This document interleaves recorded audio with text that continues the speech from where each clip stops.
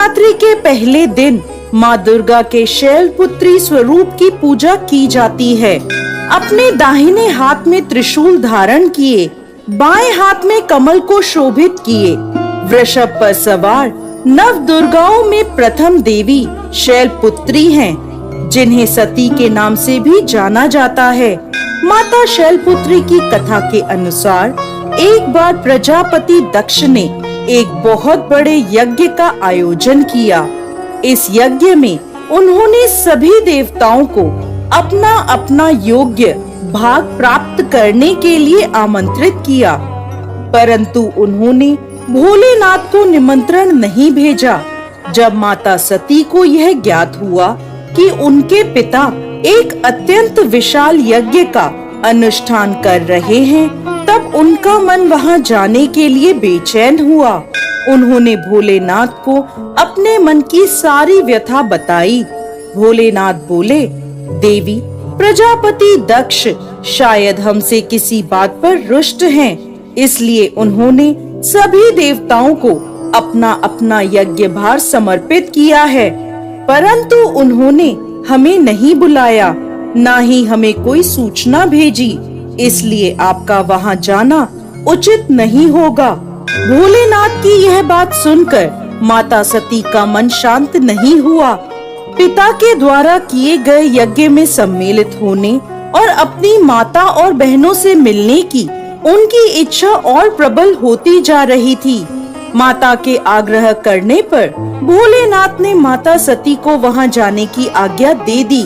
पिता के घर जाकर माता सती ने देखा कि कोई भी उनसे प्रेम और आदर पूर्वक बात नहीं कर रहा। केवल उनकी माता ने उन्हें स्नेह से गले लगाया। बहनों की बातों में व्यंग और उपहास था। अपने परिजनों के इस व्यवहार से माता सती के मन को बहुत दुख पहुंचा। ये सब देखकर उनका हृदय शोक, ग्लानि और क्रोध से संतप्त हो उठा।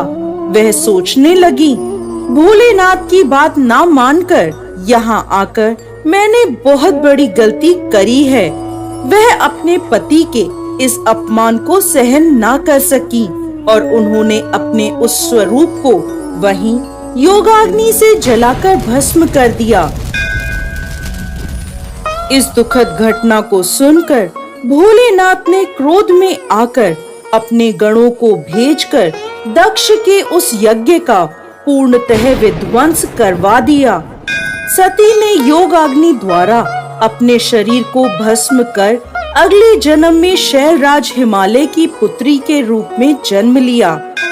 माता शैलपुत्री का जन्म शिला यानी पर्वत से हुआ है, इसलिए इनकी पूजा अर्चना करने से जीवन में स्थिरता आती है।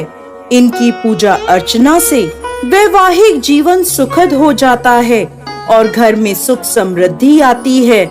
माता की पूजा अर्चना से मूलाधार चक्र जागृत हो जाते हैं, जिसके फलस्वरूप जीवन में स्फूर्ति और उत्साह का विकास होता है। साथ ही साथ माता शैलपुत्री की पूजा अर्चना से चंद्रमा से जुड़े सभी प्रकार के दोष दूर होते हैं और भक्त को सौभाग्य की प्राप्ति होती है। दोस्तों, नवरात्रि के प्रथम दिन माता शैलपुत्री की पूजा सफेद रंग के विशेष पुष्पों से करें। साथ ही साथ माता को सफेद मिठाई का प्रसाद चढ़ाएं और माता की तस्वीर के आगे कपूर अवश्य जलाएं।